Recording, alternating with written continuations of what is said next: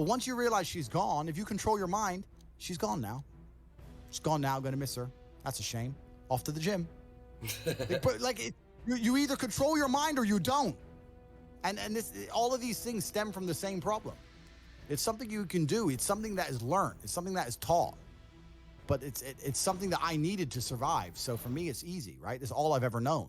Right. But people have life now. They don't need it to survive, so they never develop the skill. That's just how it works. At the end of World War II, when men went to Europe and saw unspeakable horrors at the end of World War II, did they all come home and need therapy, or did they all come home and get back to life? Get back to life. Because everyone was taught to have a mind that they control because they needed it to survive. There's no one else. That's how life worked back then. Now imagine there was a war that big. Imagine the fucking therapy, the fallout, the fucking bullshit. No one would be able to fucking even just go back in. And I'm not saying they didn't see bad things. I'm not saying it's not hard. It's fucking horrible. But that's just how it works. That's life. Like, I've seen shit. Like, we've all had our trauma. You have to get through it. You either let it destroy you or let it build you. Have you ever been in love before? Completely. I believe in love. I believe in love. I believe in men and women being in love. I believe in finding a woman and loving her with all my heart. I'm not going to let her fucking take the piss out of me. I'm not going to let her walk over my standards or my boundaries. I'm a man. I love you with all my heart. And I said you're not going to the club with your girls. I want to go. Cool. Then we're over. And I will love you while I don't see you. I might still love you a little while, but fuck you. That's the line. You overstepped the line. Goodbye. That's life. I can love a bitch and ignore her texts. Watch me. I can be head over heels in love and still ignore her ass for breaking my rules. Because I set the rules because I'm a man. It's my world. You step into my world. I don't step into your world. You step into my world. You're never going to win 100% of the time. You might love a bitch and lose her. Cool, but you might love a bitch and keep her. If I let her go to the club with her girls all the time, how long is it until she meets a new dude and cheats on me anyway? Sooner or later. You're going to lose her anyway, so why not lose her as a man sticking to your fucking guns instead of losing her 7 months later behind your back? Just stick up for yourself. Stick up for your fucking self. But this is it. But people are so scared of the emotions. That's all it is. No one's going to shoot them in the head. They're scared of the emotions of missing her. You're a full-grown man. You're scared of some emotions. Sit in bed and be sad and fucking play your chess and go to the gym and be sad and lift your weights and be sad for a while and do your shit till you're not sad anymore. The fuck? You're scared of emotions to the point you let a bitch run your fucking life? It's insane. And this is the world we're in today. Everyone's scared. All full-grown men are scared of feeling fucking sad a little bit. It's crazy. Someone said, what hobbies do you do besides obviously go to the gym? By the way, I don't like working out. I hate it. It's a chore that I do every single day for half an hour every single day. It's discipline. Yeah, it's a chore. It's discipline. It's discipline. I don't enjoy that. Things I enjoy driving. I enjoy driving fast cars around. I don't have to obey the laws where I live, so there's no speed limits for me, so I can just race around, do whatever I want. Shut the fuck up. You can just go 200 miles an hour. That's all I do. It's all on my Instagram. It's all on my stories. I race through the city, do whatever I want. So I run it. So I like to race fast cars. And then Conquering Earth. This is my new hobby, is Conquering Earth and freeing minds. I watched the movie The Matrix. I watched Morpheus. And I understood why he goes back inside of the Matrix to free minds. That's what I'm doing. That's what I'm on this podcast for. I don't care if I take one person and I free his mind. That's all. That's my new hobby now. My new hobby now is replicating the mindset, which is going to be capable of resisting the oncoming enslavement of humanity. I am Morpheus coming in and out inside of the Matrix, driving the Nebuchadnezzar up and down from Zion, freeing minds. That's my new hobby. And I'll be around for a while. And then one day I might vanish and disappear. I can buy $100 million yacht and just fuck off and not talk to anybody if I decide. Take my 10 women and settle down if I want to. Have 20 kids, easy. If that's what I decide to do. I'm here freeing minds for a while, and this is my new current hobby, and I'm enjoying it. It didn't take long to conquer the entire internet. All of it is mine. I own it. Done. This is it. Conquest. Conquest is all life's ever been for men. This is what men have an innate desire to conquest, to conquer. Even you. You care about having as many viewers as possible on your streams. You care about being as big as possible. You care about conquering. Why did the Romans wake up, melt rocks, make swords, and walk in random directions? They didn't have Google Maps. They didn't have a fucking clue where they were going. Random directions to find some other group of people and fuck them up and take their shit. Why? Conquer. Conquest. This is a conquer. Why did Genghis Khan ride his ass from Mongolia all the way to fucking Vienna? It's a long way. Why? Conquer. Men are born with this innate desire to conquer. It's inside of us. They're trying to suppress it. They're trying to distract it away from you, tell you that you're wrong. You're toxically masculine. You shouldn't want to conquer. You should want to sit at home and be tolerant. No, you shouldn't. You should want to conquer shit. Only thing that's going to make you intrinsically happy is conquest. Nothing else. If you're depressed, it's because you don't conquer shit. Conquer something. Get up and do it. It doesn't have to be a negative at all. You can do it in a very, very positive way. You can have a positive impact on the world. I like to think that my impact on the world has been positive. I've conquered the whole fucking internet, and I've done it in a positive way. I'm helping the world. Maybe my enemies, maybe the Matrix doesn't like me, but there's young men who are watching every single one of my videos whose lives are changing. So conquest can be a very positive thing. So I'm here on the internet conquering the internet because I've decided to, because that's my hobby. Because I don't do anything degenerate. I don't take drugs. I don't gamble anymore. I used to gamble a bit, bored of it. Don't gamble. Don't take drugs. I drink sometimes, but it's really not a big deal for me. I don't like to drink too much. Pussy's great, but how much of it do you really need? I have enough. And what the fuck else is it to do? Drive cars and conquer the internet. There ain't nothing else to do. That's it. So my organization, the War Room, is already, I would vouch, as one of the top 5 most important and powerful organizations on the planet. Within 10 years, we will be the most powerful organization on the planet. I can't even tell you here in public that you will not believe the influence we have. You will not believe the organizations we have infiltrated. You would not believe it if I fucking told you. I'm going to run the most powerful closed circuit organization on the fucking planet. It's going to be mine, and I'm going to conquer Earth. And I'm going to have 20 sons from 10 supermodels, and I'm going to die. And there's going to be 20 Andrew Tates watching my old videos, continuing the legacy. This is what I'm going to do for my bloodline. I'm going to conquer fucking Earth. So what is your next like goal? Not your big goal, like your next goal. Like what is your next thing you must conquer? I don't even look at it as goals, because goals are something that you put on the wall to motivate yourself, right? Right. Goals are so if you want to buy a car, you put the car on the wall and it motivates you to go to work to get the car. So that's a goal. Goals are for motivation. I don't work on motivation. I work on discipline. So I don't have a set goal. I just get up and do what I know I'm supposed to do. I don't work to try and afford that car. I work because I'm supposed to work. And then I can already afford that car and another one and another one and a boat and a plane and a house and another house and a land. And then I just work. I do my work. That is my duty as a man, is my duty to God. I train in the gym. It is my duty to God. I do my duties to God. I fulfill my duty. I'm an old school gentleman of honor and respect.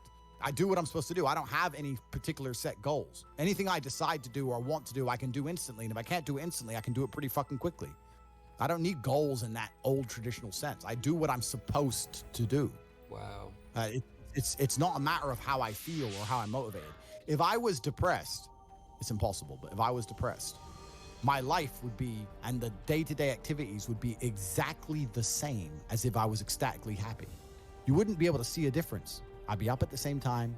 I'd be in the gym the same. I'd be doing the same shit. Those are my duties my duties to God. How I feel has nothing to do with it. Completely unrelated. How I feel is unrelated to my duties to God. They don't change based on how I feel. They're the same. And they will be completed because I refuse to fail God or my bloodline. That's amazing. I'm telling you. There's how many people in this stream? 188,000, 168,000, whatever. You could take 150,000 of these people and travel back in time and stand them in front of their ancestors. And their ancestors who fought fucking saber-toothed tigers or escaped the Mongol hordes or managed to dodge bombs in the Second World War. All the shit they went through just for this fucking cretin to be born. And to look at him. Look at who he is, listen to his life story, listen to what he does on a day-to-day basis, and they would feel nothing but fucking shame. Your ancestors did all that shit, all that struggling to survive, hunting and gathering, fucking avoiding enemies, anything it took, dying at age 30 from a tooth infection, all the crap they went through just for you to be born so you could smoke weed and jack off. That's what your ancestors died for. That's what they worked so hard for. That's who you are. That's the end of your fucking bloodline. Do you feel no shame? It's fucking shameful. My ancestors will look at me and think everything we went through was fucking worth it. Your ancestors will look at, most of these people, their ancestors look at them and feel nothing but fucking disgust. It's true. It's fucking true. It's disgusting. And they should look in the mirror, look deep in their own eyes and say, yes, I'm fucking disgusting. I can change this. That's the beauty about being a man. If you're disgusting, you can change it. That's the beauty. There's nothing stopping you changing it. Right. You must accept it. You must accept it first. Most of these people, what they do is they hang around with other disgusting people, and then they're a little group of disgusting people, and they think, well, I'm not disgusting, everyone's disgusting, and this is normal, and it's normal to be a fucking jerk-off. Not in my world, it isn't. This is when I was making jokes earlier about predators and prey. In my world, I'm in a world of predators. It's not normal to be a fucking jerk-off in my world. There are duties that men must fulfill, whether to God or to your bloodline. But this is a genuine, honest. I'll say this now. Of those 150,000 people, I guarantee even their fucking living relatives, their living parents aren't even proud of them. Like, the fuck? Your own father's ashamed of you. And you don't even feel fucking motivated to do shit. Chat, y'all think that's true? It's a fucking shame. If you were to go and look your father in the eye and said, you know what? I could have been a UFC champion. I could have been a multi-millionaire. I could have been a race car driver. I could have been a fucking nuclear physicist. Could have done all these things, but I was busy on Pornhub. You think he's gonna be proud of you? Fuck no. Fuck no. And there's men here who will deny it, right? There's men who will go, no, no, no, no. But those are the ones who are most lost. It's the denial that's going to hold you back the most. The people who go, yes, I'm wasting my potential. Those are the ones who have potential. The ones who stand up and go, I am wasting my potential. I could be anything, and I am not that yet. They have a chance. The men who go, well, no, actually, I'm fine. They're fucked. They're inside the matrix, fully slave-minded. They're a waste of time. But if you sit there and go, you know what? Yeah, I am wasting my potential. Yes, I can be more than I am. Even if I'm already great, I can be better. As good as I am, I still push myself to the limit every single fucking day. I have every single thing a man could possibly want. I'm still pushing myself. This is your prerogative as a man. But you need to be instilled with a sense of duty. Duty to your bloodline. You must want it. You need to want it deep inside your soul. I can't die as anything less than emperor. It's my destiny. Jesus Christ. Nah, I'm not gonna lie, bro. This stream actually, like, I'm pretty sure changed, like, lives. I swear to God. Like, you changed lives just now, like, this one stream. Like, I hope so. I hope so, too. I really do. I really feel like people's lives are gonna be changed from this shit. I hope so. Shit. I hope so, too. Mine is, because I'm telling you right now, I promise you, I'm gonna literally be texting you on IG and shit, showing you, like, I'm really gonna be hitting the gym, bro. Do it, and you're gonna feel so much better for doing it. Not even just physically, but mentally, knowing that you pushed yourself to do things you don't want to do. There's nothing that feels better than the feeling you have after you did something you don't want to do. As you know, when you're supposed to clean your room, yeah, you're right. You eventually clean it, and you're like, thank fuck I've cleaned it. I did it. Like the homework. I went back at school. Oh, I did my homework. Oh, thank God I did it. I didn't want to do it, but thank God I did it. It's done. Correct. That's what it feels like every single day if your life is nothing but discipline. It's beautiful. It's a beautiful existence. That's a great feeling. That's a really, really good feeling, I bet. I need that. I need discipline. I need it. Beautiful. It's a beautiful existence. After I picked up my Chiron, when I bought the Bugatti and I picked it up, the first thing I did was order another one. Like, it never ends. There's always a new mountain to climb. So you're saying there's never really beating the game. There's always a mission. There's always something to conquer. Always. And even if it's just tiny little, it's professionalism. It's holding yourself to such a high standard. There's a professional way to do everything. I'll tell you a story. I lost my keys about 3 weeks ago. It was the first time I'd lost anything in 4 or 5 years. Because when I put something down, I've taught myself to put it down and repeat in my head where I put it. I put my phone on the kitchen counter. I put my phone on the kitchen counter. I say it in my head like 3 times as I walk off. I don't lose things. I know where everything is all the time. I'm a professional. I don't lose stuff ever. And I lost my keys. I was furious at myself. The ways I punished myself for only losing my keys took me 20 minutes to find them. Found them. I donated money to charity. I refused to go driving. I worked harder in the gym. I fasted for 24 hours. I punished myself. And my chick's like, what are you doing? So I lost keys. She goes, yeah, but it's only you losing keys. You're a fucking chick. You don't get it. I don't make mistakes. I don't make mistakes, and I made one, and I will pay a price. I will not lose my keys again. God is my witness. God above, I will not lose my fucking keys again. I will make sure I repeat in my head 25 times if necessary. Every time I put anything down out of my pockets exactly where it is, I will never lose anything ever again. I am a professional.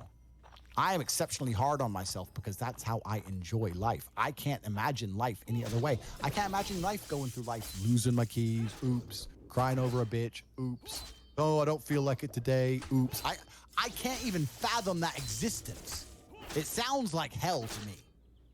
I get anxiety even imagining that existence. You want to talk about anxiety? I get anxious even imagining living that way. I am a hyper professional. So can you always be more professional? Yes. I can always be more professional.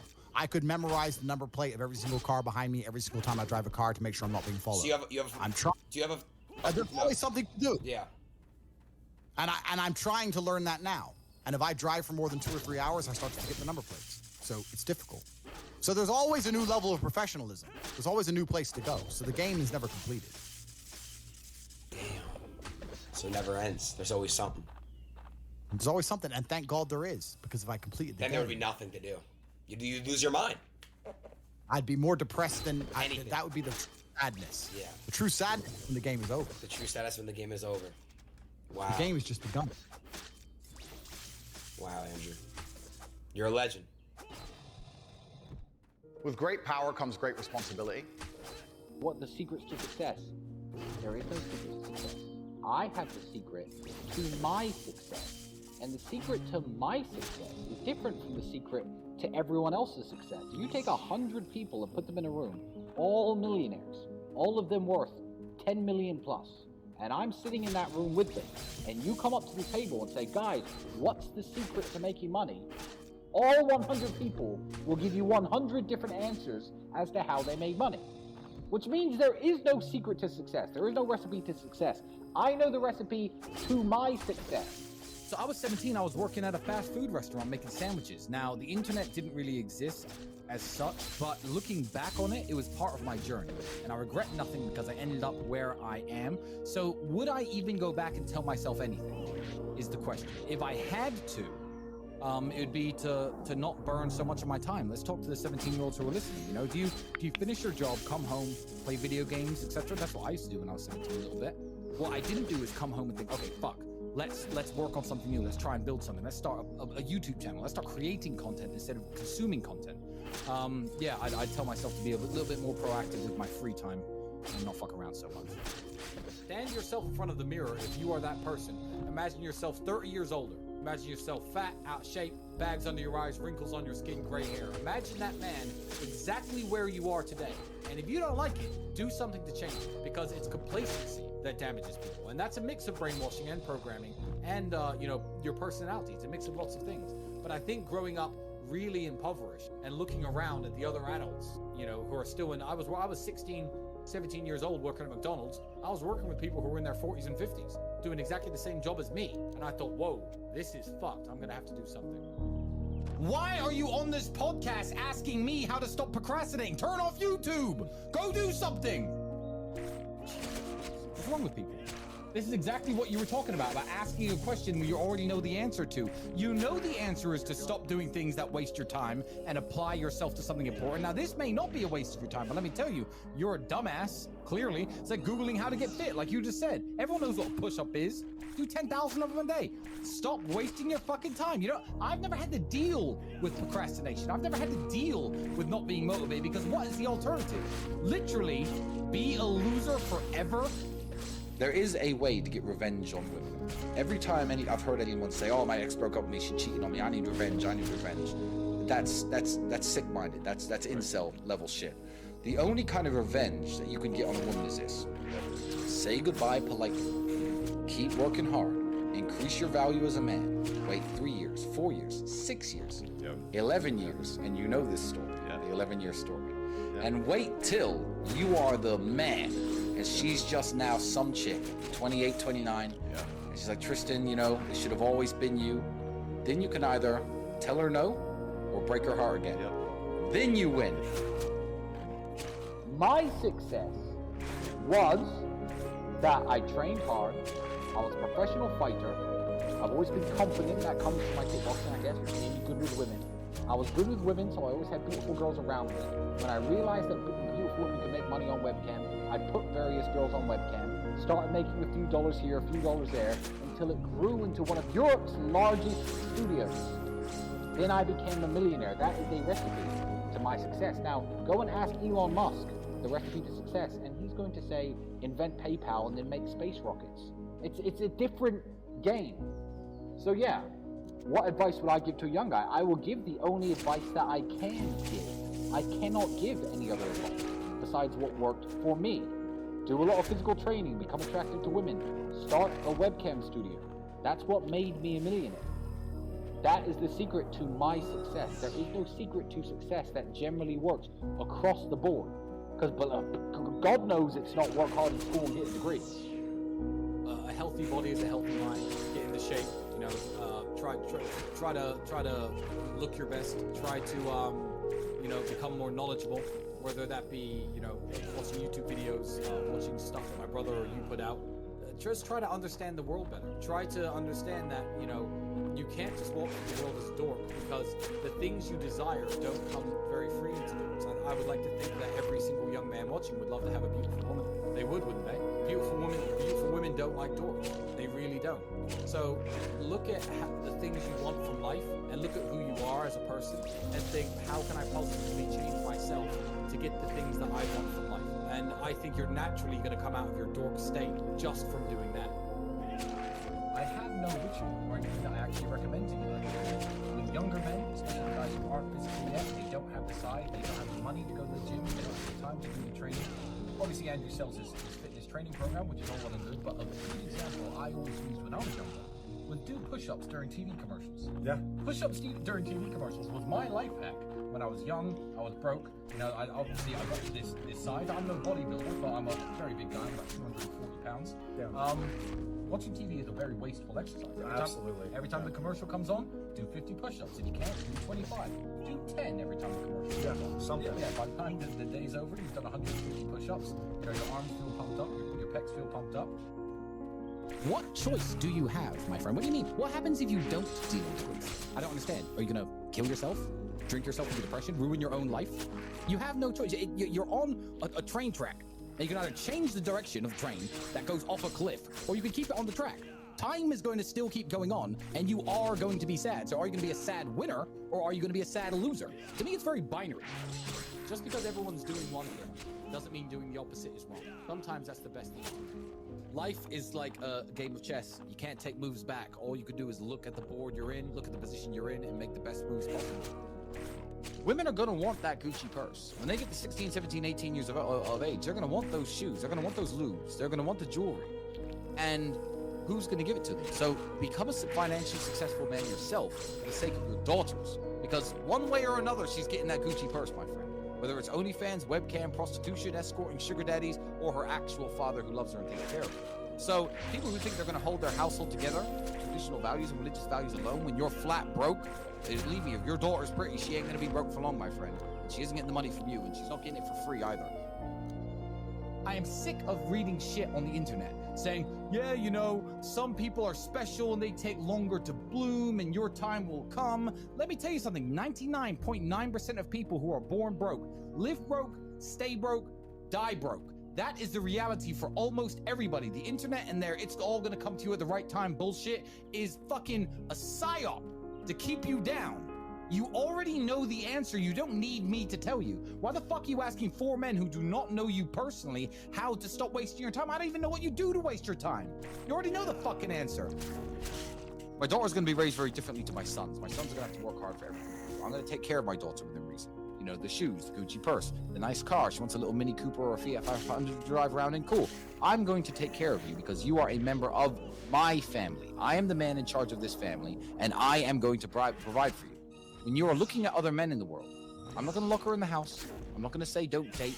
I'm going to just inform her that when you're looking for other men in the world, you have to understand that when you pass on from this family, that's the man who's going to potentially be taking care of you. Listen, everything's going to plan. Smile. Go live your life. Be a sad winner and not a sad loser. Why would anything that makes you happy and doesn't hurt anybody else be wrong? No matter what you want to be in life, and no matter what you want to do, whether it be, you know, a dog trainer, a kickboxer, or a zoo owner, it takes certain amounts of passion, time, and dedication. Network, connections, power, money.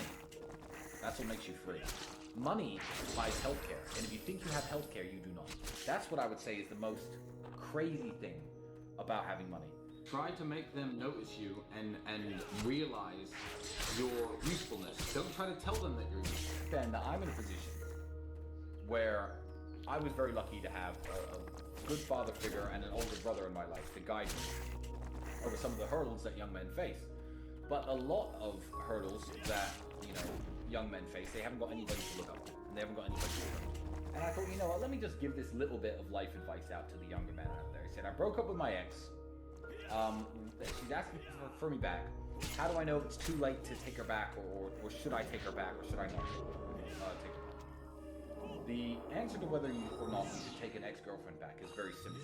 And I know this, and most fully grown men probably know this.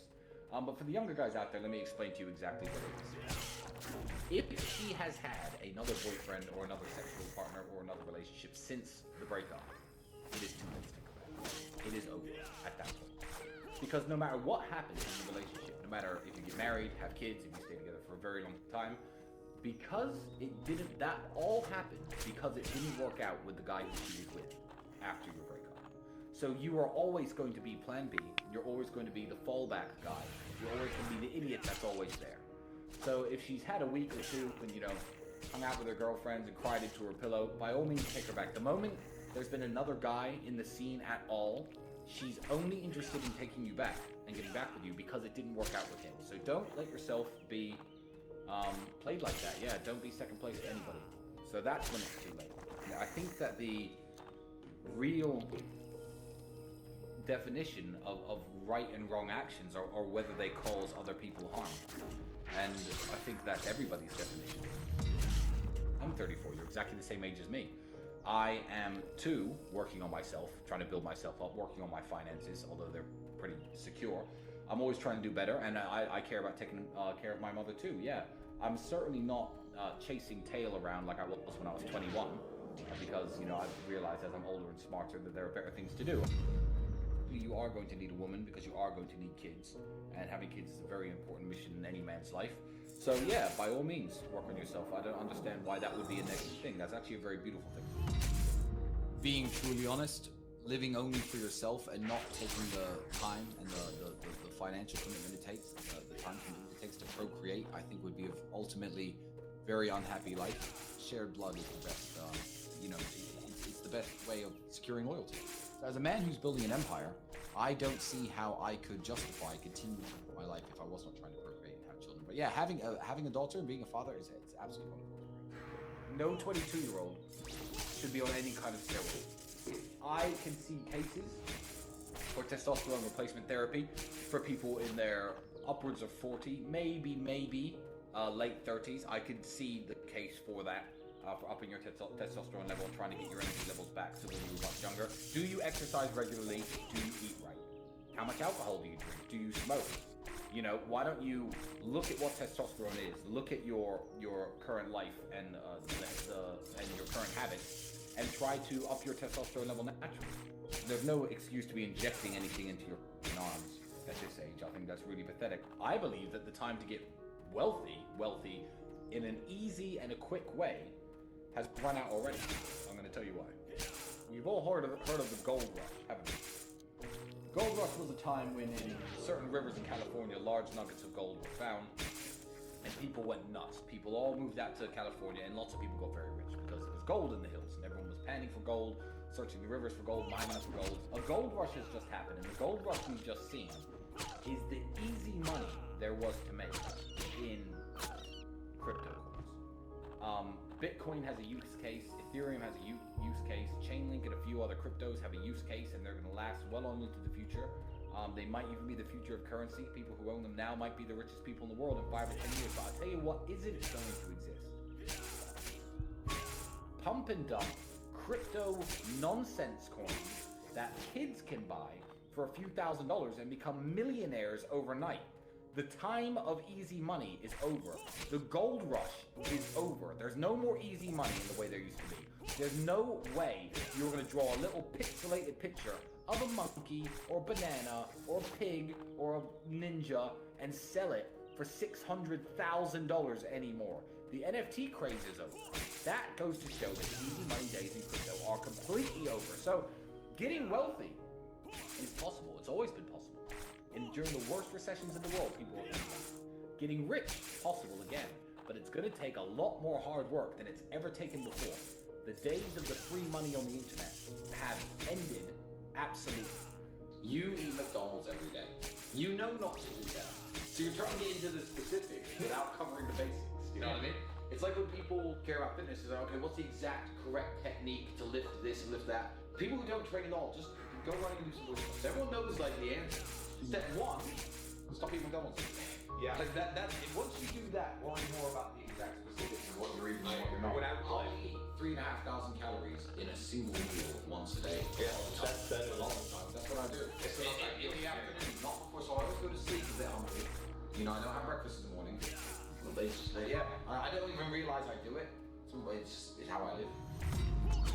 This is why I don't read self-help books. I believe that is success porn. Reading these books about get rich and do well. How many people do I know who've read these books and never got rich? Zero! When they think about reading helps you. Reading is entertainment. So if you read the James Bond novels for entertainment, it's better than watching the James Bond movies. I believe that it's a higher form of entertainment than Netflix and TV, but it's essentially just Netflix for the brain. So, yeah, reading is a waste of time if you want to get rich, I agree. But there is one TV show which I'm going to talk about, and we never talk about it on Emergency Meeting Live, because my brother has not seen this show. But I was at somebody's house about 4 years ago, and I watched episode 1 of a show which has 11 series to it, and it was so excellent that I could watch all of it. Now, I believe this TV show to be an intellectual and cultural masterpiece, and it is the greatest show that has ever been broadcast on television. And I'm talking, of course, about the show Trailer Park Boys. The importance of brotherhood and friendship and sticking together is a massive underlying theme of the show. Also, the importance of enjoying your current circumstances. Keep working, keep hustling, keep grinding, try and get out, but enjoy yourself while you're at it. It's a show about perseverance. It's a show about trying to always better your situation. Besides that, it's a waste of time. Especially the news. My content existed because I tried my very hardest to be an absolute and utter realist, especially with uncomfortable truths. I was pointing out that very uncomfortable... Is that a truth? It's an uncomfortable truth in many parts of the world. It's not a truth that I'm happy about. I don't want to be seen as a negative influence in the world. I know that there's a whole bunch of men. I get thousands of emails a week from men whose lives I've saved. I get thousands of emails a week from men who are on the verge of suicide and I've saved their lives. I believe in protecting and providing. I've been misunderstood. I don't want anybody to be offended by anything I say. I want to be a positive force in the world. I don't want anybody to hear what I say and make them feel bad about themselves. I want all people to live righteous and good, whether they're male or female. I think righteous is living true to your heart and knowing that you're doing good by people, not snaking anybody, not lying to anybody. I know I live a very righteous life. The government is not capable of helping the poor. And this is why it's so important as a person you take personal responsibility and understand you're living in a world where the matrix can be cracked, you can make a bunch of money, but you need to take responsibility and do it. I refuse to accept that there are people out there who cannot become happy, contented individuals. I refuse to accept we live in a world where God has created people who, no matter how hard they work and how good their life becomes, can't be happy. I don't accept that. I accept that the universe is a very giving place and that God loves all of us. And if you try your best and you work hard, you can become a better person. I'm telling the younger generation that if they don't get up and work hard and make sure that they're important, that the world's not going to give a about them. 99% of my content was aimed at men telling them the truth, saying that as a man, you're born with no inherent value. You have to become important. You have to go through some pain or go through some suffering to make people care about you. Otherwise, you're not going to matter. As a dude, if you walk into the party and you put no effort into your life, nobody about you. And every man out here knows. And one of the great things about the masculine journey and masculinity is that we've all lived a semi-similar story. It's kind of cool. Like, we've all been the teenager, gets heartbroken. We've all been unimportant. We've all like worked hard and then started to get some clout. And then we've all kind of lived the same kind of journey. So I say to everybody out there, yeah, if you don't follow that path and follow that journey and in one way or another get to the top, whether it's fighting, whether it's comedy, whether it's musician, whatever it is, if you're just going to stay somewhere near the bottom and then at the age of 44, you know, email me saying I'm depressed, well, of course you're depressed. You're a loser. Yeah. But that was your choice because you have to build yourself as a man. And if you decide not to build yourself, then your life's going to suck. My main message is to resist the slave mind, to understand that every single thing you're being told has an agenda behind it or you wouldn't be told it otherwise. to examine every strongly held belief you have and try and identify where it comes from and why you have it. I sit and argue with people, I discuss things with people, and they so fervently believe a point. And I say, why do you believe that so much? Like, do you have personal experience? No, but I saw the news. The news told you X, and now you are desperate. You will sit here for hours arguing that point. A lot of people are completely empty vessels ready to be programmed. And I try and tell people, listen, to just stop for a second and understand that the things they're telling you to believe are not necessarily for your benefit.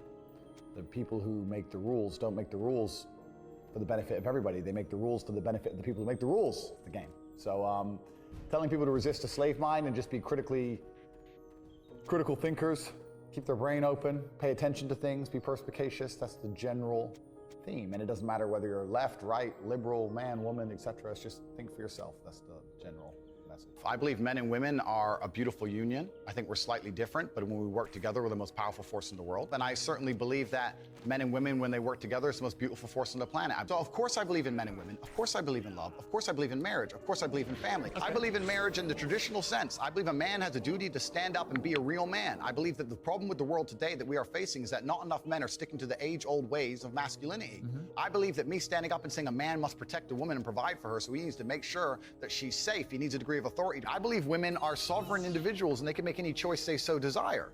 I think that it's important that we remember that a man has a duty. I think I certainly in my relationship have a financial responsibility to provide for my woman. My woman would never have to work unless she wanted to because I'm the kind of person who works hard enough. And I'll make another point that needs to be said. The number of women who have stood up and stuck up for me is ignored. Thousands of women are making videos saying, I've met Andrew Tate, he's such a nice guy. I wish I had a man like Andrew Tate who felt responsible to protect and provide for me.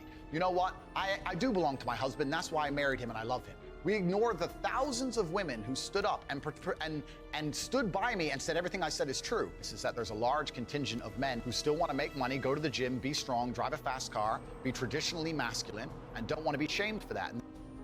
I believe that feeling depressed is real. I don't believe depression as a clinical disease is real. I think PTSD is very real. Unfortunately, I have some friends who suffer from that. I know that feeling depressed is real. I believe that the number one power you have against these things are trying to take control of your own mind and affecting your own life. I believe that it's not healthy to hand over all your power and believe that depression is an outside disease that you can't affect. I know that when I've had difficult periods in my life, and also many of my friends, like I've said, suffer from PTSD and been through terrible things. I've lived a very difficult life, and I know people who have, that the things that made them feel better is when they woke up and said, you know what, I'm not gonna allow this to damage me anymore. I'm gonna take responsibility, I'm gonna get up and I'm gonna fight this as hard as I can. If someone comes to me and says I'm clinically depressed or I feel very, very sad, I would say the first thing you need to do is stop accepting the identity of a clinically depressed person.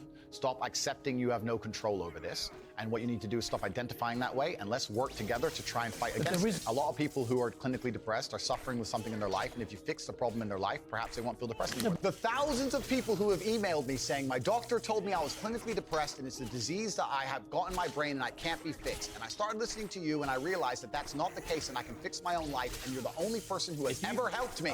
I believe feeling depressed is real. I do not believe it's a disease that you catch from the sky and you cannot affect.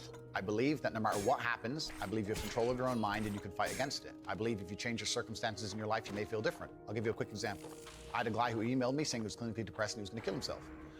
I obviously am not a psychiatrist, I'm not a doctor. I told him, because I replied to my emails. I said, have you been to a psychiatrist? He said, yes, I'm clinically depressed. I've been on these pills, this amount of time, I'm on antidepressants, it doesn't work. I said, I don't know what to say to you besides this. And he said he lost his girlfriend, that's why I became clinically depressed. I said, listen, go to the gym, get a six-pack first. Once you've got a six-pack, email me again. If you still feel like killing yourself, I don't know what else to say to you. I'd say, strong body is a strong mind, go train. He went, he started sending me progress pictures, emailing me him getting in better shape, and eventually got a six-pack. He's now a professional bodybuilder. And he said, I can't believe I was considering that. I feel so much better, etc. The doctor was telling him he was clinically depressed and couldn't cure it. He started taking control of his own life, and now he felt better. That if somebody has depression of any kind, whether it's clinical, whether it exists or not, whether they feel depressed or not, whatever, that taking control of their life, taking personal responsibility, and working hard is always going to be the positive, best thing they can possibly do for their life going forward. How positive is it? Them. Of course, money can't buy happiness, I agree. But money is the third most important thing in the world. First is your relationship. First is your health, because you have nothing, you're going to die. Second is your relationships, because you need love and family, that matters the most. But money can buy everything else. So money's the third most important thing. The average people come to me and say, what do I do? I'm just the average guy. And my only answer is stop being the average guy. It's my only answer. You can't just be the average guy anymore. The idea from the 1950s that you can just be the normal, average, law-abiding, hard-working citizen and you'll have a good life is gone. Any man out here who goes, I'm just gonna work hard, do my bit, and obey the laws, and I'll have a good life. No, you won't. No, you will not. Just doing your job is never gonna make you rich, because you're just gonna be taxed into infinity and you're gonna stay broke. So just obeying laws and doing your job now has set you up to be a peon, a slave for eternity. You have to get yourself in a position where you're making enough money. You don't know what to talk about, then you don't understand money. So go learn how money works. Go learn how a bank works. Go sit on YouTube for free. You don't just pay 50 grand in 4 years of university. Go sit on YouTube and understand money, banking, or the real estate market, any of it. Understand the last housing price crash, why it happened. Understand mortgage rates and how that's affected by interest rates. Understand it, and then go sit with someone else who understands it and talk about it. People should, even if they haven't got a penny in the world, should be going to these meetings about real estate, about investing, but especially if it's cheap, they should go. Just meet other people who at least have money. Have conversations about money, talk about it. How are you gonna get what you don't talk about? And yes, the cycle of precipitation, right? So a cloud comes, it rains, it falls down to the ground, it goes under the ground, whatever, goes into a stream, it moves into the stream, goes to the ocean, evaporates again up to a cloud, floats somewhere else, falls down again. Always moving. That's how money is. People think that money is in these large, stagnant pools hidden in people's bank accounts. That's not really true. Money is constantly moving all the time. And if you can find a way to get in between it and stand in the right place at the right time, you're gonna get wet. I think that's the new modern way to view the world. It's an attention economy. It doesn't matter what you do. If you're getting attention, you'll make money from it. One habit that people need to adopt, and this is a habit I had for a very long time, and I've actually recently cleared it from my brain because I've reached a point where peace of mind is worth more than money. But every single time money is spent, you need to identify how your money was taken from you. And I say taken because money can't be made. Money is taken. Because the only people who can make money are the government. So if you're a government, you can make money. You can print it from thin air, or a bank. But if you're a person, you're not making money. You're convincing other people to give it to you. You're taking money from others. So every single time you spend money on anything, you need to identify how it was taken from you. When you go and buy a coffee, don't just go buy the coffee and sit down. Sit and say, why did I buy this coffee? Okay, I really want coffee. Yeah. But then why did I go into this store and not that store? Is it fair advertising? Does it have less of a line? Do they have seating? How did they convince me to come here? How much did this coffee cost? £6. What's the profit margin on that? Probably £5.50, £5.80 probably. By the time the cup probably costs more than the coffee. The coffee is just water. How did they convince me to spend £6 in this place? And when you sit there and analyze, and you all start to learn little lessons about business. You'll learn about the importance of the signage. You'll learn about the importance of there being no queue. Yeah. So that if you ever run a business, I say with my business, my people all the time, faster. All the time, quicker. Yeah. Like, I have a couple businesses that are physical. I'm like, I don't want to see a line. I don't want it to see empty because it looks bad. So when there's lines, you work fast. When we're down to 1 or 2 people, you take your time, you talk to the customer. Right. Keep it so there's like always one person at the thing. Like manage the line. Like people don't think about this stuff. No one's gonna sit and wait in a long queue. Maybe some idiots will, but people like me won't. We got shit to do, right? My time's worth money. I'm not gonna stand and wait in a line. So you have to identify how your money is taken from you. If you start doing that with every single time you spend anything ever, you're gonna start to identify business opportunities, and you're gonna sit there and you're gonna have coffee and you're gonna go, you know what? They could have sold cake and they didn't. Could I outcompete this place? Just imagine I had the money to start a coffee shop right next door. How would I outcompete them? Well, I'd have cake, they don't have cake. Also, most people in here are businessmen. And the guy serving some dude. No, we need a cute waitress. His ass is fire. We need a chick. Put a chick here, some cake in. Financial Times, business people in. Think, people don't even think about this stuff. They don't use their brain ever. They don't ever look around and realize how they're spending their money. They don't look around and look at which businesses are successful. They don't look around and pay attention to anything. They don't look at the world and all the things that are happening and how it can benefit them. None of it. They don't look at any of it. They're too busy following the circus. This is why it's clown world. I was walking to college with a couple of my friends, and a Ferrari drove past.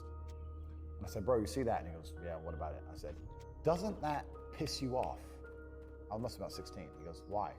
This dude has 400 G's for a car, 400 grand. I'm walking 4 miles to college because my mom hasn't got any car. He has 400 grand. Do you think he works a job? Do you think he's behind a counter somewhere. He knows something about the world that I don't know.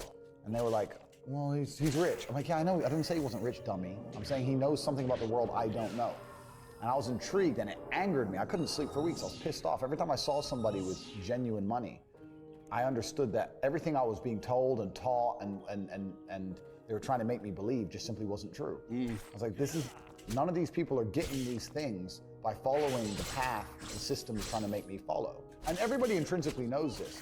If you go to if you're at a BP, you're at a petrol station, and I pull up in my Lamborghini, nobody goes, wow, he went to school.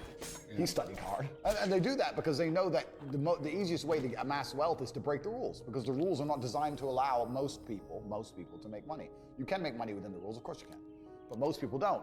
Most people who follow the path work, consume, die. That's it. So I always knew the same thing as you, and I knew there had to be another way. I knew that just working for money was a paradigm that wasn't true. And then you understand making your money work for you, and you understand delinking your time from money. You start learning to understand these things, but eventually you build a system, and you build an ecosystem like me. I have 60 or 70 people work for me all around the world, and things just happen, and money just kind of appears as long as everything's well organized.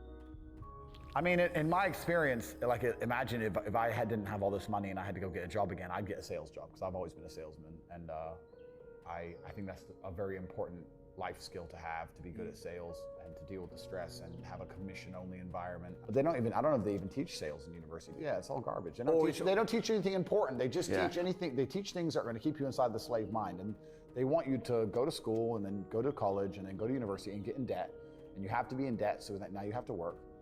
And you're working and you're in debt, and then they want you to take on more debt if possible in the form of a mortgage, which a lot of people do, which we can talk about because I know you're the property guy. And then you're in debt now, and once you're in debt, you can't really quit your job, and it's very difficult for you to leave the country. And now they can hold things over you. That's the goal. It's all about control mechanisms, and the system is very well designed to make sure that people are conditioned to obey. It's very hard for the average person to say no to anything. Unless you have millions and millions and millions of dollars, it's very difficult to even have an opinion on subjects. That's the thing about being a man, and that's what I was saying to the kids. It's like, look, you need to get up, and it's gonna be very, very difficult. The world's getting harder and harder, especially for men. It's all clout, it's all status, there's no way you're gonna matter unless you get up and you work extremely hard. Should young men aspire to work very hard, have no criminal record, become multimillionaires, protect and provide for the women close to them, be sovereign so they can stand up and have their own points of view in face of cancellation, be able to not be mentally intimidated when they go on national TV and there's traps set up for them? Yeah, I believe that confident, strong men who stand up and protect and provide for women are a good thing for the world and a good force for the world. And I don't think that I put a magic spell on anybody. I think there's a whole bunch of men in the world who understands my value. And if men grow up to be like me, you're gonna have a whole bunch of people with no criminal record, dedicated athletes, who protect and provide for the people close to them.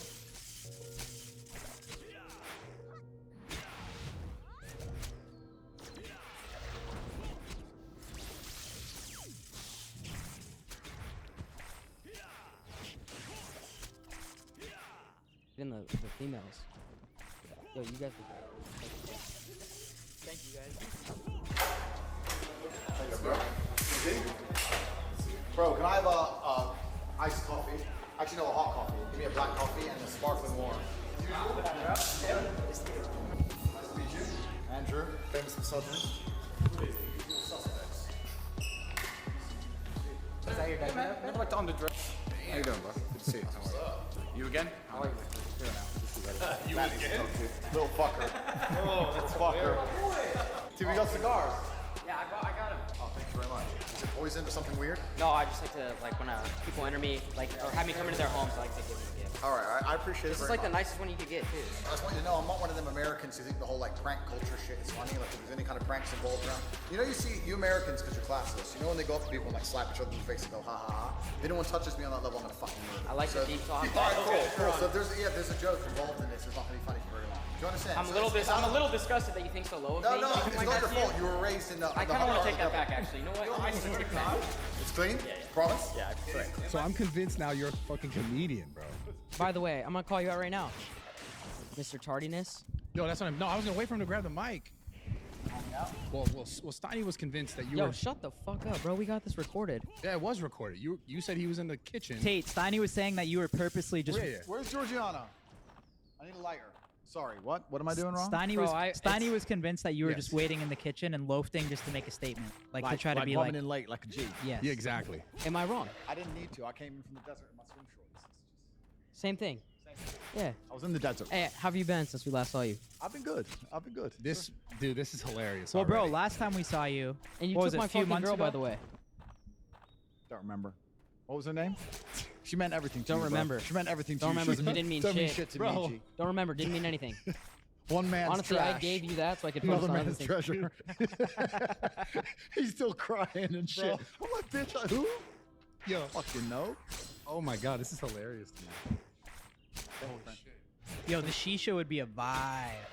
On the pod. Shisha. Yeah, fuck it. Dude, this is so funny. When did we link last? How many months ago was that?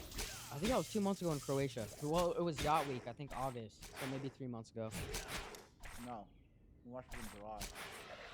I did a different boat in August. I see the lighter. Do you mind? What is what's changed since then? Like when we Well, a saw lot, you no? last, this was your. I think we got you. I think it's the most viewed tape podcast on YouTube. Is ours. Is it? How many? Full Send How many is podcast. it? It's like almost 10 mil It's more than I've done more than that, bro. on YouTube. Which one? My grilling's 11 point something. You grilling? With that chick, me and that girl. Oh, That date Yeah. the English one. Yeah. Okay, that one's funny. Yeah. value. Well, ours taming is guy, up you there, have but a it's lot on crazy, that. bro. We did fucking Elon Musk the next week, and I think your episode has like more engagement, Well, I love more Elon. likes, more comments. I love Elon. Yeah, he's You know, dope. What do you love about He's top E, but I'm top G. So is what it is. But he's saving the world. He's doing his thing. I'm a fan of Elon. He's buying Twitter. I think they're forcing him to now, but that's a good thing. Imagine me back on Twitter, bro. I'm gonna tear him up. They ain't ready for me. They ain't ready for me. Use with your thumb. Steiny. Come on, bro. Steiny. Roll it from the side. Roll the side of it. The side of the actual lighter. Roll it. There you go. There you go. But back then, you were like, I feel like we got you at your fucking highest point, and then shortly after, all the cancellation shit happened. He's not gonna like and the now highest it's like point thing. I'm this already is knowing now that. it's like This your is- top I fucking knew This it. is villain. this is my highest point. Yeah. Every single day has been growth. Nothing's changed. They banned me and I moved to Rumble, and now I'm massive. I'm absolutely huge on Rumble. I'm doing larger numbers on every single live stream on Rumble than I ever did. But overall searches on Google, they say it's way down. well, Is the that a searches- fact? No, the search with Rumble, absolutely. So if I did a live stream on YouTube, I'd average 12,000, 13,000 live. When I first moved to Rumble, my first live was 127,000. What? And now I get like 40 to 50,000 live every single show on Rumble. Whoa. That's So that's that. The Google searches are down because when the mass media machine attacked me and canceled me and started lying about me, obviously there's a spike for all the people who come hey, Right. you didn't know me. So there's that spike.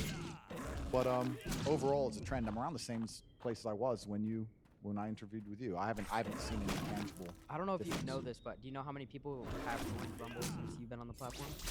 Well, I don't want to sit here and take all the credit, but I'm going to. Even though I don't want to, because sometimes as a man you have to do stuff you don't want to do, right? But I did know it. That's just part of being a man. You're fucking. You just got to get up You're and hilarious, take all the dude. credit. I'm so happy to have tape part 2 on the This is pod. great. Let's go, baby. I got so many questions. Go ahead though. But before I got banned, I never heard the concept or the idea or the conceptualization of someone saying, if I get banned, I'll just move to Rumble. I never heard anyone say that. And then after my ban, I've heard it about 50 times. True. Everyone's saying, oh, well, Tate, they banned Tate, and he's bigger than ever. So no one's afraid of being canceled anymore. Part of that is absolutely massive credit to Rumble and the platform and the CEO because they're visionaries. But also it's me showing the world that even if they come at you with the hardest cancellation method, they came at me like they came at Trump. They came at me with everything. But I think with yours, and in my opinion too, because I'm watching everything. When I mean, there's always been problems and an issue with free speech on social media, but I think your situation to me that was the game changer No, it was for one me. of a kind, though, That 'cause- was like Yeah. after that I was like, all right, yo, they made a statement. Like now it's different. Anyone can be deleted. Like we don't have free speech. Yeah. So I think what happened to Tate was that was the shift. Yeah. I gotta ask you, did you know, kind of along with what you're talking about, Kyle, but did you know, like before you got into all this, that the clip thing was the nature that propel you, like the TikTok, making the clips, like, because you didn't actually have social media, like you weren't like on TikTok posting. He's on the TikToks. gram. He wasn't really on the gram. Like his content was like crazy explosive on The TikTok. IG was just to You probably had get an DMs from girls. But and were shit, you right? like aware that TikTok was going to be that thing that was going to explode you to that level? Because we just talked about now you're off of it, and that's what I'm saying. Your case is unique because you are a person that like even prior to like your popularity on Instagram or those other platforms, you had popularity amassed from your audience that was like sharing your content. So that's unique. It's not like a regular person who got canceled and they're like, well, now I'm gonna go to Rumble. You already had visibility because I see you every time I open up TikTok, just because people are using your content. So was that a part of your plan? Yeah, I'm a decentralized brand, right? So even thanks. And tell the Shisha guy. The sheesh would be clutch. The sheesh man. Is that his only role? Shisha man. Yeah, he comes here every night and he makes shisha. Bro, that'd be literally that'd make the pod. That's dope. So yeah, I'm kind of decentralized now. You can't ban the idea, right? Yeah. And they've made a martyr of me. We attacked absolutely every platform. When we put together our plan, it wasn't just a matter of attacking TikTok, although it's really effective. We attacked every single platform. We did it professionally. We did it completely and utterly and stupendously. We did very, very well. But yeah, they tried to ban me or my accounts, but it made absolutely zero difference. Yeah, to I me. noticed that. You're right. Most people are not in that scenario. There's been a lot of marketing studies and a lot of people who have done podcasts now who are talking about the Tate method and how I did it and saying that they're going to replicate it, etc. But no one can truly, I don't think, replicate what we did because one, they don't understand the secrets of it, and two, even the surface level things, which I'm open to talk about.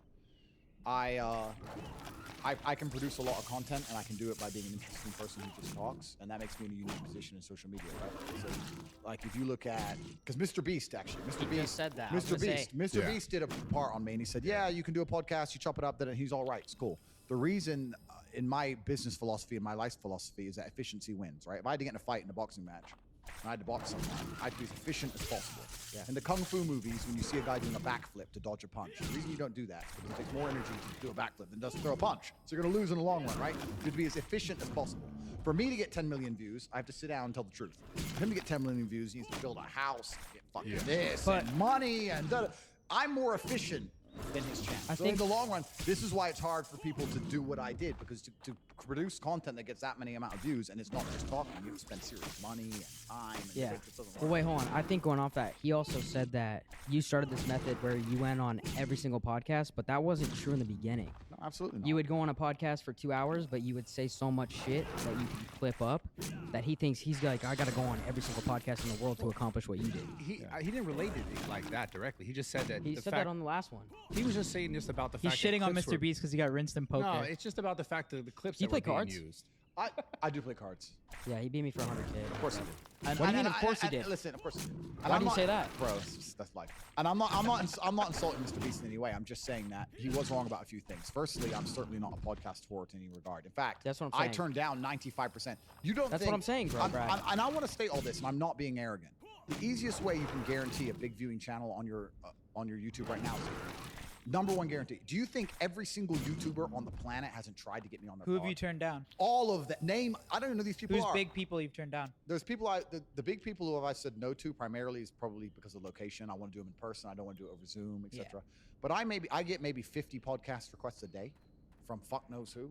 So I'm not Mr. Podcast. Have I you very ever rarely charged do to go on podcasts. one, though? No, I don't charge people. I allow you all to enjoy the monetization of the millions of people I bring you for free. 'Cause I'm a charitable man. I'm very generous and nice. My house is big enough. Yeah, But it's beautiful. yeah, so that's the first thing he's wrong about. And secondly, yeah, you have to sit there in that podcast and you have to give 2 hours of fire. You have to give genuine value, and that means you have to live the life worth living, and you have to have interesting stories and struggle and blah blah. And that's the hard part, right?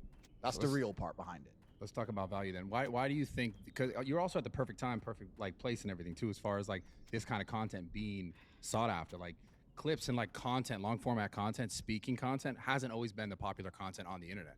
Like it went through phases of like, you know, pranks, and it's got like family channel stuff. We'll talk about YouTube specifically, but now it's come to a place where this is like the most not important. I mean, I think it's the most important content, but it's also becoming the most popular content. Podcasts are getting clipped everywhere. It's insane.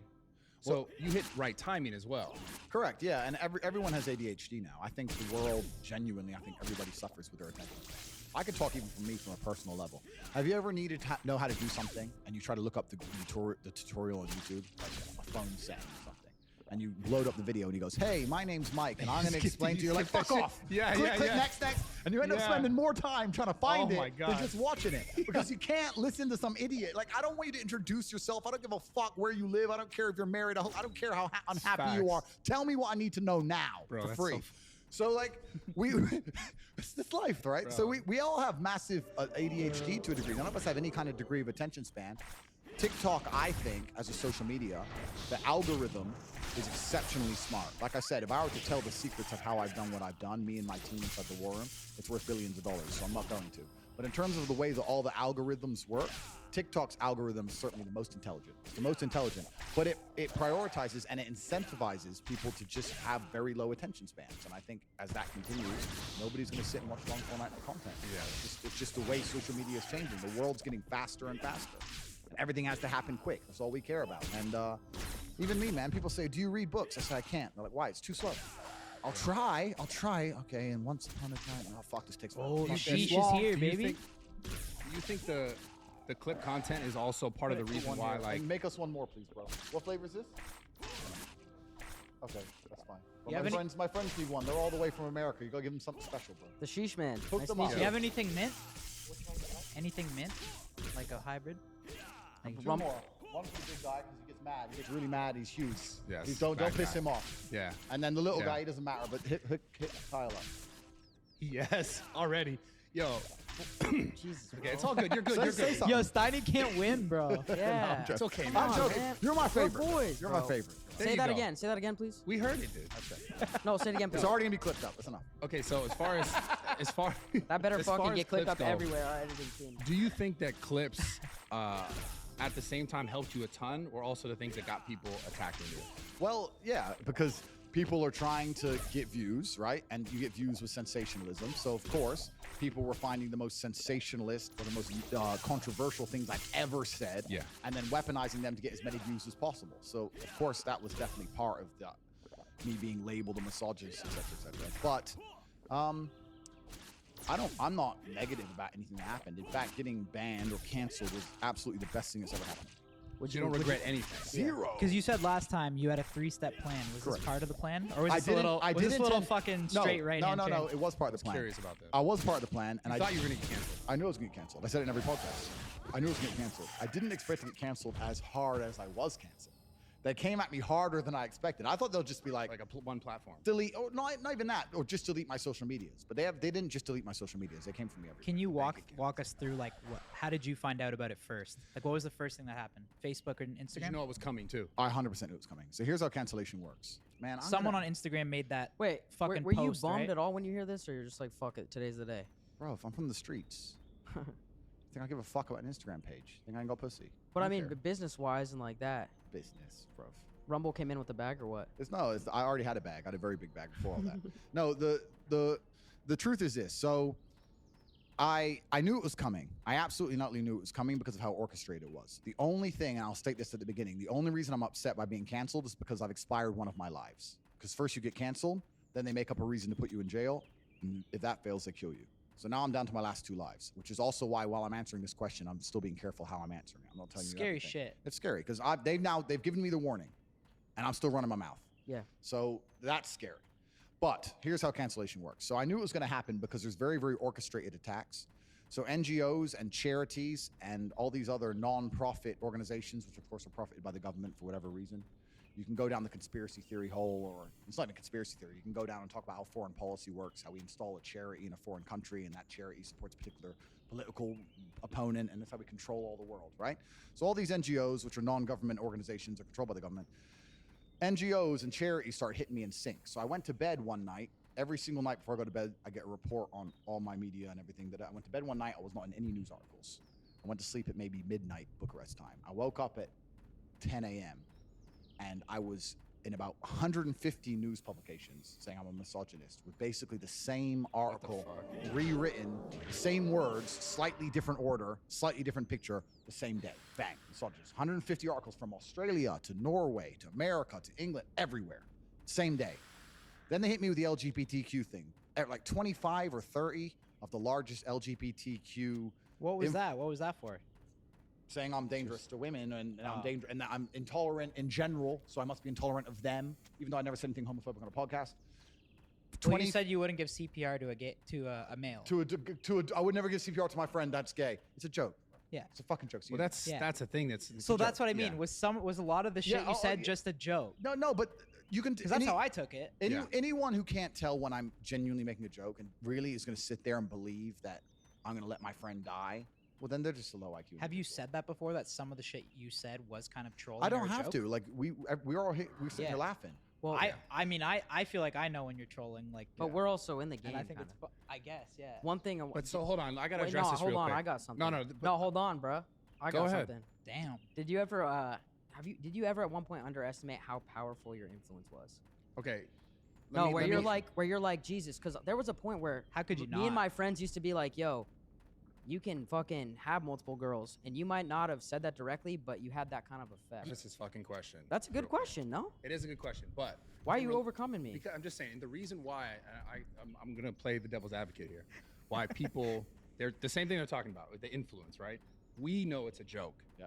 But the people that they're saying who don't know it is a joke and why they're trying to protect them are the younger kids who Correct. can't decipher. Correct. And I'm a professional, and as a professional, I accept the reality of scenarios. I don't get emotional about them, even if they happen to me. So there is some, I'll sit and say, yes, there is some valid argument for the cancellation, and I'll accept it. It's none of the reasons they've told me I was canceled, but the reason I don't think those valid arguments, the reason I don't respect those valid arguments is because of how orchestrated it was when they actually attacked me.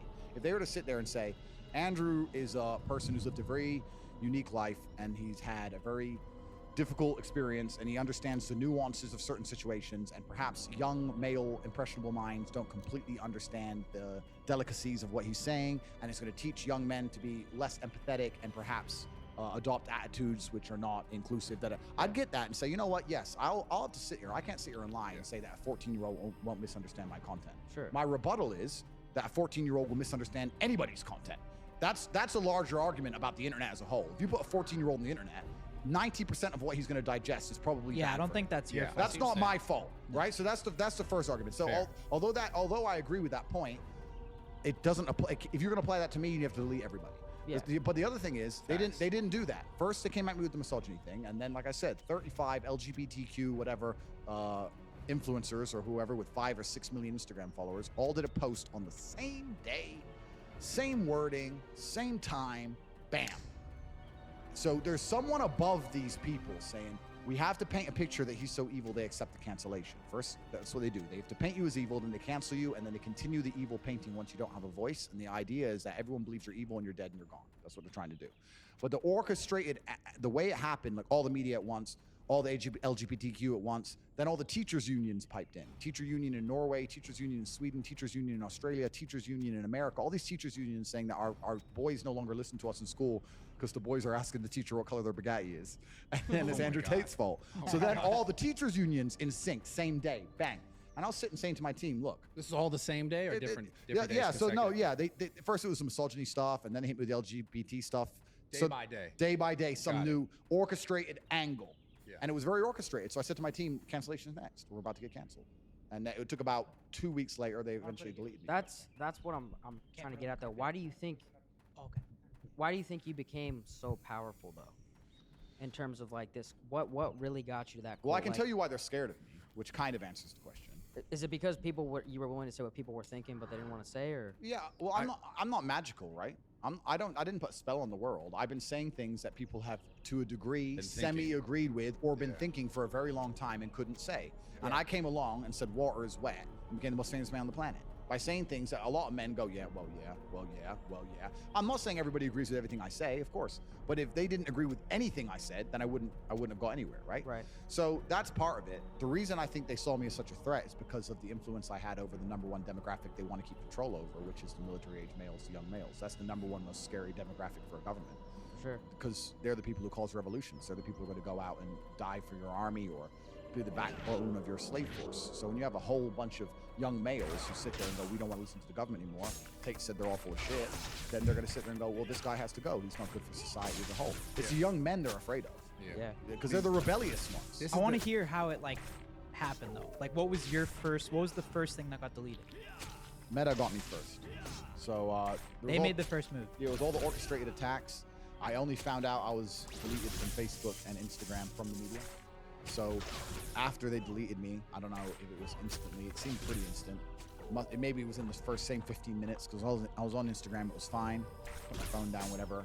And then I started getting sent articles. Meta banned Andrew Tate. So they did a press release to the media that told them that I'm banned. Does it bother you that no one comes to your aid? Like, were you expecting anybody to be like have your back? Well, that's a different question because actually the banning taught me a bunch about who's actually true to themselves and who's true about free speech and who's a clout chasing. Did anybody stand out and come to your aid or like? Yeah, I was surprised by people on both sides. Like I had people whose names I won't say who called me on the day and was like, "This is some bullshit tape. This is garbage." Da da da. Patrick Bet David was a G, solid. He goes, "Where are you?" I said, "I'm in Spain. I'm working. So I'm there tomorrow." Boom.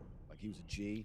Like we had a whole bunch of people like that, and then also you had the cucks and the cowards. Yeah. Like Logan and his boyfriend, who were cool with me until I got canceled, and then instantly because they're afraid of being canceled.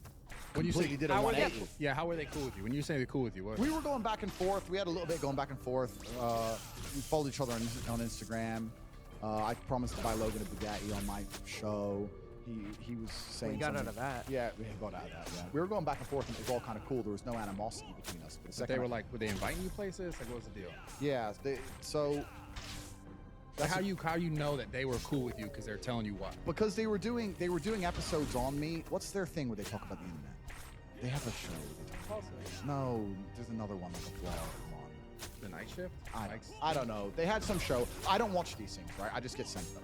So they were talking about us, and it was in a semi-positive way, and we were replying. We were going back and forth. So I knew there was no animosity. There was no insults. It was pretty cool back and forth.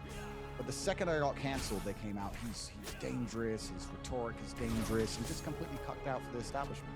And I know, and the reason I think that is because as an intelligent individual, as a professional, when I sit there and understand that someone above these media organizations has given them a directive that they have to enforce upon the populace, what they're also going to do is sit there and go, okay, who does Andrew speak to? Who's his audience?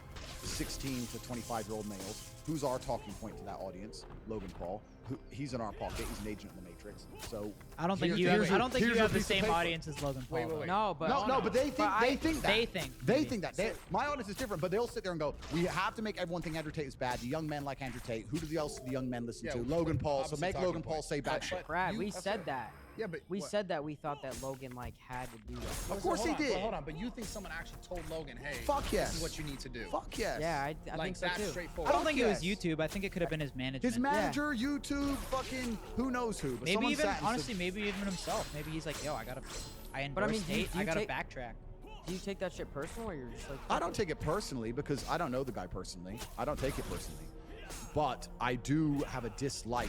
It just is on a personal level in general for cowardice, hypocrisy, the switching up on people. That's just not how I roll with my team. If I was cool with you guys and you all got canceled, there wouldn't be a fucking split second where I'd go, well, they've just been canceled. I might get canceled. Just, you're a bitch. Just, who cares? You're my boy. Like, and even if you're not my boys, if I like somebody, I like somebody. If I don't, I don't. The way he 180'd, and it was a true 180, because you don't go from semi-cool with someone to sitting there saying his rhetoric is hateful. He's like sitting there. We're I'm wondering like, bro, why. who gave you this directive? And Why did they even have to say anything? That's what me and Brad are saying. Is why didn't they just stay affiliated, right? Why didn't they just stay quiet? Because But I think the Matrix, guys, I'm telling you why. Let's all be professionals here. Let's be smart. The Matrix has decided to character assassinate me. They have gotten all of their media establishments, all of their bullets. They fired every fucking bullet at me. Do you think they're not going to sit there and go, what other bullets do we have in the chamber? Who's his primary audience? These guys. Which cuck do we have who obeys every word we say, who also is somehow listened to by some of his guys, Logan? Go to a podcast, Andrew's back. Whether it was YouTube, whether it was his manager, whether it was his boyfriend, fuck knows who. Someone sat there and said, do this. And they sat there for 2 hours saying, Andrew's so like a bunch of pussies because they were told to. Yeah. We talked about it on our shit. I was very surprised. You don't think he just wanted to just do it for fucking views? No, definitely not for views. No way. There's not for views. No. He didn't want to mention my name at all. He doesn't like saying my Yeah. name because everyone just writes underneath it, took "Talk to you, backlash. you're a bitch." To be fair, the worst part was just the fact that he had his own thing that he went through and then say like this person doesn't deserve Hypocrite. a second chance. That's the worst part. Yeah, but so he did it, and there's also a massive fear of him being canceled. Also, like He got canceled and cried his eyes out on TV. To him, that was the most traumatic experience of his life. Yep. And when someone comes there and says, Tate's just been canceled, they might cancel you. You better fucking do this, Mr. Logan. Sure. He sits there and sells his soul. And what's interesting is this. I'm not PTSD? yeah, PTSD. I'm not expecting him to... I can't believe they canceled. Like, that was a hard time for him. He ain't had a hard life like me. was fucked. He ain't had a hard life like me. But the truth is this. I'm not expecting him to agree with everything I said. Jake said, look, I don't fuck with everything Tate says, but free speech is free speech. Yep. If you're a full-grown man and you don't advocate for free speech, there's something wrong with you. Because then you don't understand history very well, and you understand that the first step of tyranny is to shut up free speech. You have to get one side of the story only and destroy all opposing viewpoints, and tyranny is next. So I don't give a fuck if he agrees with what I say or not. I don't care if he even likes me. For him to sit there and say, I think free speech is bad, just makes him look like a dumbass. And if you look at the comments on his video, look at the comments on his video. He got everyone ripped him to It's a pieces. lot of backlash. Yeah, because everyone knows he's full of shit. So that's what I'm lot saying. of backlash. It taught me a lot. It also, there's some other people, I won't say their names, I don't want to make them, but there were some other people I was talking to who were cool, super famous, and I was going to do their show, and they totally wanted me on the show, and then I got canceled, and they instantly shit themselves. And that went both ways. Like, I was speaking to Patrick. How long ago was that? No, I was speaking to Patrick Bet David in the uproar.